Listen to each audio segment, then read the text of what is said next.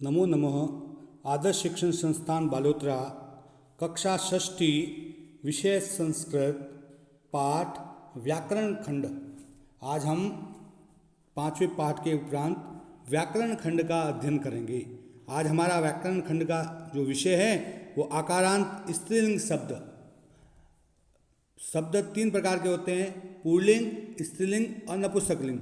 जिससे पुरुषवाचक का बोध होता है उसको पुल्लिंग कहते हैं, जिससे स्त्रीलिंग का बोध होता है वो स्त्रीलिंग कहते हैं, और जिनसे उभयलिंगी होते हैं, दोनों पुल्लिंग और स्त्रीलिंग दोनों के लिए प्रयोग होते हैं, उसको नपुंसकलिंग शब्द कहते हैं। तो आकारांत जिन शब्दों के पीछे आ आता है वो आकारांत है, जैसे रमा, लता, गीता, सीता, ये सब आकारांत हैं। ठीक है। जैसे मति, नदी, बुद्धि, ये सब इकारांत है क्योंकि इसके पीछे ई आता है। गुरु, भानु, ये उकारांत है क्योंकि इनके सबसे अंत में ऊ आता है। भानु, ऊ आया, गुरु, ऊ आया तो उकारांत। जिनके पीछे आ आता है, सीता आया तो आकारांत, गीता आया तो आकारांत। इस प्रकार अकारांत और आकारांत। तो आज हम आकारांत स्त्रीलिंग शब्दों का प्रयोग करेंगे। आगच्छतु अद्य वयम आकारांत स्त्रीलिंग बालिका लता शब्दस्य अभ्यासम कुर्म। आइए आज हम सब आकारांत स्त्रीलिंग शब्द बालिका और लता दोनों का अभ्यास करेंगे। बालिका आकारांत है और लता भी आकारांत है क्योंकि इनके पीछे आ आया है ना। तो जिन शब्दों के पीछे आ आता है वो आकारांत होता है और स्त्रीलिंग है, तो इसलिए आकारांत स्त्रीलिंग शब्द का अभ्यास करते हैं। चलिए, बालिका शब्द आकारांत स्त्रीलिंग। बालिकाः बालिकेः बालिकाः प्रथमा, बालिकां बालिके बालिकाः द्वितीया, बालिकया बालिकाभ्यां बालिकाभिः तृतीया, बालिकायै बालिकाभ्यां बालिकाभ्यः चतुर्थी, बालिकायाः बालिकाभ्यां बालिकाभ्यः पंचमी, बालिकायाः बालिकयोः बालिकानां षष्ठी, बालिकायां बालिकयोः बालिकासु सप्तमी। हे बालिके हे बालिके हे बालिकाः संबोधन। इस प्रकार इसका आकारांत स्त्रीलिंग शब्द को बोला जाता है। एक बार पुनः मैं बोलता हूँ, आप मेरे पीछे इसका अभ्यास करेंगे। बालिका बालिके बालिकाः प्रथमा, बालिकां बालिके बालिकाः द्वितीया, बालिकयाः बालिकाभ्यां बालिकाभिः तृतीया, बालिकायै बालिकाभ्यां बालिकाभ्यः चतुर्थी, बालिकायाः बालिकाभ्यां बालिकाभ्यः पंचमी, बालिकायाः बालिकयोः बालिकानां षष्ठी, बालिकायां बालिकयोः बालिकासु सप्तमी। हे बालिके हे बालिके हे बालिकाः संबोधन। इस प्रकार इसको बोला जाता है। अब देखो, बालिका एक बालिका है ना, बालिके दो बालिका, बालिकाः अनेक बालिका, बालिकां एक बालिका को, बालिके दो बालिकाओं को, बालिकाः अनेक बालिकाओं को, बालिकया एक बालिका से, बालिकाभ्यां दो बालिकाओं से, बालिका भी अनेक बालिकाओं से, बालिकाए एक बालिका के लिए, बालिकाभ्यां दो बालिका के लिए, बालिकाभ्य अनेक बालिका के लिए, बालिकायाः एक बालिका से, बालिकाभ्यां दो बालिकाओं से, बालिकाभ्य अनेक बालिकाओं से अलग होना, बालिकायाः एक बालिका का या एक बालिका की, बालिकयो दो बालिकाओं का के और की, बालिका नाम अनेक बालिकाओं का के और की, बालिकायाम एक बालिका में या एक बालिका पर, बालिकयो दो बालिकाओं में या दो बालिकाओं पर, बालिकासु अनेक बालिकाओं में या अनेक बालिकाओं पर। इस प्रकार ये बालिका शब्द का हिंदी में उपयोग होता है। कारक चिन्ह के आधार पर वाक्य का निर्माण करते समय होता है। चलिए अब लता शब्द पढ़ते हैं।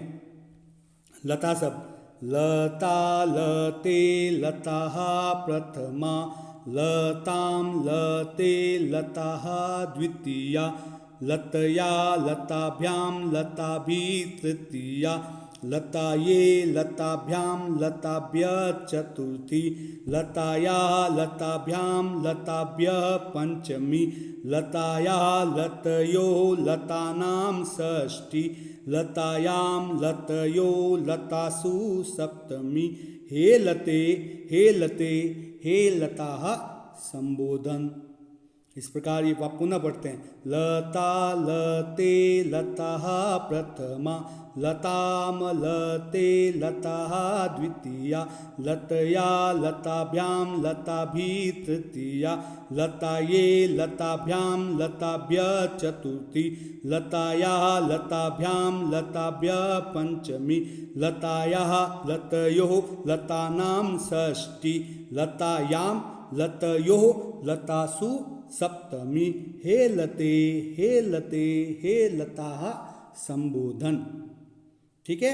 अब देखो, लता यानी एक लता, लते यानी दो लताओं, लता यानी अनेक लता, लताम यानी एक लता को, लते यानी दो लताओं को, लता यानी अनेक लताओं को, लतया यानी एक लता से या एक लता द्वारा, लताभ्याम यानी दो लताओं द्वारा, लता भी यानी अनेक लताओं द्वारा, लताए एक लता के लिए, लताभ्याम दो लता के लिए, लताभ्य अनेक लता के लिए, लतायः एक लता से अलग, लताभ्याम दो लताओं से अलग, लताभ्य अनेक लताओं से अलग, लतायः एक लता का, एक लता की, एक लता के, लतयोः दो लताओं का, दो लताओं की या दो लताओं के, लतानाम अनेक लताओं का, अनेक लताओं की या अनेक लताओं के, लतायाम एक लता में या एक लता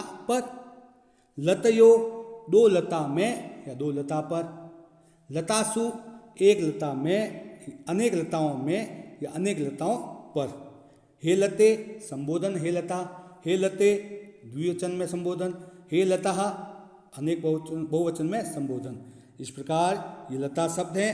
इसी प्रकार कविता शब्द चलता है। कविता कविते कविताः प्रथमा कवितां कविते कविताः द्वितीया कवितया कविताभ्यां कविताभिः तृतीया कविताये कविताभ्यां कविताभ्यः चतुर्थी कवितायाः कविताभ्यां कविताभ्यः पंचमी कवितायाः कवितयोः कवितानां षष्ठी कवितायां कवितयोः कवितासु सप्तमी हे कविते हे कविताः संबोधन।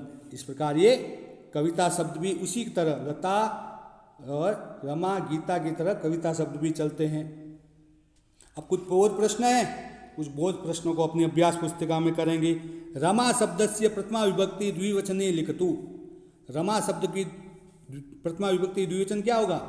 रमे होगा, है ना।